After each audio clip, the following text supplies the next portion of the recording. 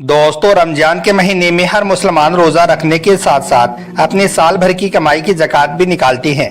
मगर कुछ लोगों को ज़कात की सही जानकारी नहीं होती है, यानी कि उन्हें मालूम नहीं होता है कि ज़कात पर सबसे पहला हक किसका होता है। और ऐसे कौन से लोग हैं जिनको ज़कात देना जायज़ नहीं है, यानी कि जिनको हम ज़कात के पैसे नहीं दे सकते हैं।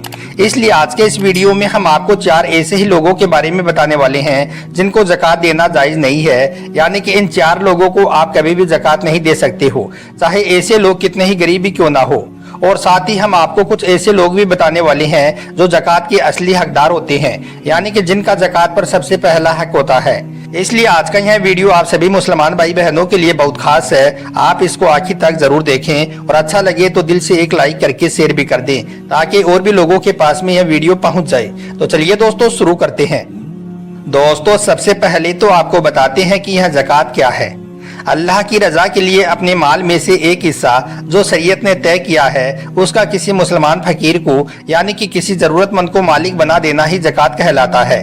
इसलिए हर मुसलमान को रमजान के महीने में रोजा रखने के साथ साथ अपनी ज़कात और फितरा के पैसे भी जरूर निकालने चाहिए, क्योंकि अल्लाह के प्यारे नबी हजरत मोहम्मद सल्लल्लाहु अलैहि वसल्लम ने इरशाद फरमाया है कि जो शख्स रमजान के महीने में अपनी ज़कात और फितरा अदा नहीं करता है, ऐसे शख्स के रोजे जमीन और आसमान के दरमियान में यानी कि बीच में ही लटकती रहती हैं।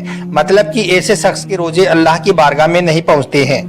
याद रखें, रमजान के महीने में ज़कात और फितरा हर उस शख्स पर फर्ज है जिसके पास में 7.5 तोला सोना या फिर 52.5 तोला चांदी हो या फिर इतने का माल मौजूद हो। जिनके पास में इतना माल हो तो फिर ऐसे शख्स पर ज़कात और फितरा फर्ज हो जाता है और उसको फिर अपनी ज़कात और फितरा के पैसे जरूर निकालने चाहिए, क्योंकि अल्लाह पाक ने कुरान पाक में इरशाद फरमाया है कि हर मुसलमान अपने साल भर की कमाई का 2.5% ज़कात के तौर पर गरीबों, लाचारों और बेसहारों को दे, जो आप पर फर्ज किया गया है। मतलब कि आपको अपनी साल भर की कमाई का सिर्फ 2.5% माल ज़कात के तौर पर देना है।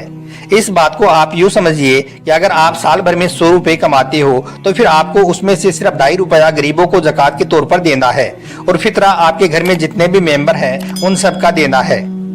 हम आपको यह भी बता दें कि इस साल फितरा के पैसे 60 रुपए तय हुए हैं। अगर आप फितरा में गेहूं देना चाहें तो फिर आप 2.25 किलो गेहूं दे सकते हैं। इनमें से जो भी आपको अच्छा लगे उस हिसाब से आप अपना फितरा अदा कर दें। मगर आप अपनी ज़कात निकालते वक्त इस बात का जरूर ध्यान रखें कि ज़कात के पैसे सिर्फ उन्हीं को मिलने चाहिए जिनकी उनको सबसे ज्यादा जरूरत होती है। मगर अब सवाल ये आता है कि ज़कात और फितरा के पैसे किसको दें और किसको नहीं। इसलिए अब हम आपको वो 4 लोग बताते हैं जिनको आप कभी भी ज़कात के पैसे नहीं दे सकते हो। यह 4 लोग चाहे कितने ही गरीब ही क्यों ना हो, फिर भी आप इनको कभी भी ज़कात के पैसे नहीं दे सकते हो, क्योंकि इन 4 लोगों को ज़कात के पैसे देना जायज़ नहीं है। नंबर 1, माँ बाप। दोस्तों, याद रखें, अपने असल माँ बाप को ज़कात देना जायज़ नहीं है। इसलिए आप अपने असल माँ बाप को कभी भी ज़कात के पैसे नहीं दे सकते हैं। यानी कि आपको जिन्होंने पैदा किया है उन माँ बाप को आप कभी भी भूलकर ज़कात के पैसे ना दें। इसके अलावा आप अपने सगे दादा दादी और नाना नानी को भी ज़कात के पैसे नहीं दे सकते हैं। नंबर 2, बेटा और बेटी। याद रखें, औलाद को भी ज़कात देना जायज़ नहीं है। यानी कि आप अपनी औलाद को, जैसे कि आप अपने बेटा या बेटी को भी ज़कात नहीं दे सकते हैं। इसके अलावा आप अपने नवासा या नवासी, पोता या पोती, इनको भी आप कभी ज़कात के पैसे ना दें, क्योंकि इनको भी ज़कात के पैसे देना जायज़ नहीं है, चाहे यह लोग कितने ही गरीबी क्यों ना हो। नंबर 3, मियाँ बीबी आपस में। दोस्तों, इसके अलावा यह भी याद रखें कि मियाँ बीबी भी कभी आपस में एक दूसरे को ज़कात के पैसे नहीं दे सकते हैं। इसके अलावा आप ऐसे बच्चों को भी ज़कात के पैसे नहीं दे सकते हो जिनके माँ बाप मालदार हों, क्योंकि ऐसे बच्चे भी अपने माँ बाप की वजह से मालदार ही गिने जाते हैं, चाहे माँ बाप उनको पैसे दें या ना दें। और नंबर 4, आले रसूल को। दोस्तों, चौथे वो लोग हैं जो आले रसूल हो, यानी कि आप आले रसूल सल्लल्लाहु अलैहि वसल्लम को भी कभी ज़कात के पैसे नहीं दे सकते हो। यानी कि जो लोग सैयद खानदान से हों उनको भी ज़कात देना जायज़ नहीं है, चाहे वो शरई तौर पर कितने ही गरीबी क्यों ना हो।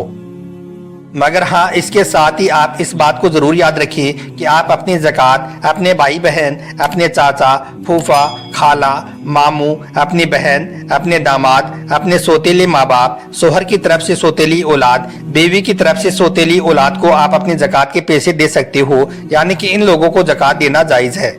दोस्तों, अब आपको उन 7 लोगों के बारे में बताते हैं जिनका ज़कात पर सबसे पहला हक होता है, यानी कि जो ज़कात के असली हकदार होते हैं। कुरान पाक में 7 ऐसे लोगों का जिक्र आया है जो ज़कात के असल हकदार होते हैं, यानी कि ज़कात इन 7 लोगों में से किसी को देनी चाहिए, क्योंकि ज़कात के यही असली हकदार होते हैं। नंबर 1, फकीर। दोस्तों, ज़कात पर सबसे पहला हक होता है फकीर का। फकीर ऐसे शख्स को कहते हैं कि आप मान लीजिए कि जिसकी आमदनी 1000 रुपया हो और उसका खर्चा 2500 रुपया हो, यानी कि ऐसा शख्स जिसकी आमदनी खर्चे से आधी से भी कम हो, तो ऐसे शख्स की हमें 1500 रुपये तक की ज़कात देकर मदद कर देनी चाहिए। ज़कात पर ऐसे शख्स का सबसे पहला हक होता है। नंबर 2, मिस्कीन।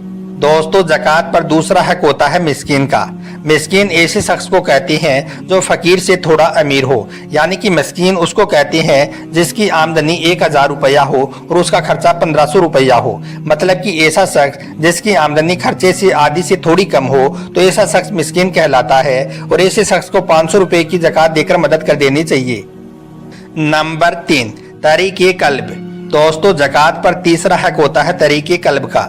आप पूछेंगे कि ये तरीके कल्ब क्या होता है, तो हम आपको बता दें कि तरीके कल्ब ऐसे शख्स को कहते हैं जो ज़कात की वसूली करता है और फिर उन पैसों को दीन की खिदमत में खर्च करता है, जैसे कि मस्जिद या मदरसे के काम में उन पैसों को खर्च करता है। तो ऐसे लोगों को तरीके कल्ब कहा गया है। याद रखें, ऐसे लोगों को भी ज़कात देना बेहतर होता है। नंबर 4, गुलाम को आज़ाद कराने में। दोस्तों, ज़कात पर चौथा हक होता है गुलामों का, यानी कि आप अपनी ज़कात के पैसों को ऐसे गुलामों पर भी खर्च कर सकते हैं जो कहीं पर फंसे भी होते हैं। आप ऐसे गुलामों को आज़ाद कराने में भी अपनी ज़कात के पैसे खर्च कर सकते हैं।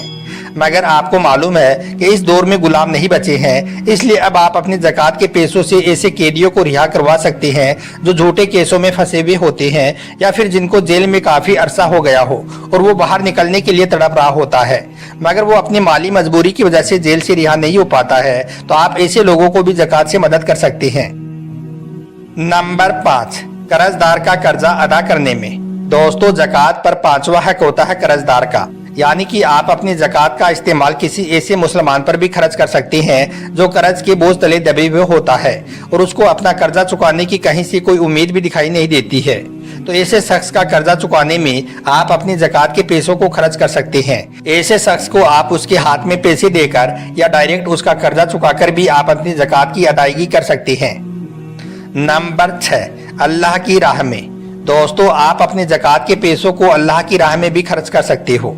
आप ऐसे लोगों पर भी ज़कात के पैसों को खर्च कर सकते हो जो पैसों की तंगी की वजह से दीन से दूर होते जा रहे हैं, यानी कि जो बच्चे अपनी तंगी की वजह से, अपनी माली मजबूरी की वजह से पढ़ नहीं पा रहे हैं, तो ऐसे बच्चों की पढ़ाई पर भी आप अपनी ज़कात के पैसों का इस्तेमाल कर सकते हो। यह भी ज़कात निकालने की एक अच्छी जगह है। और नंबर 7, मुसाफिर की मदद में। दोस्तों, ज़कात पर 7वां हक होता है मुसाफिर का।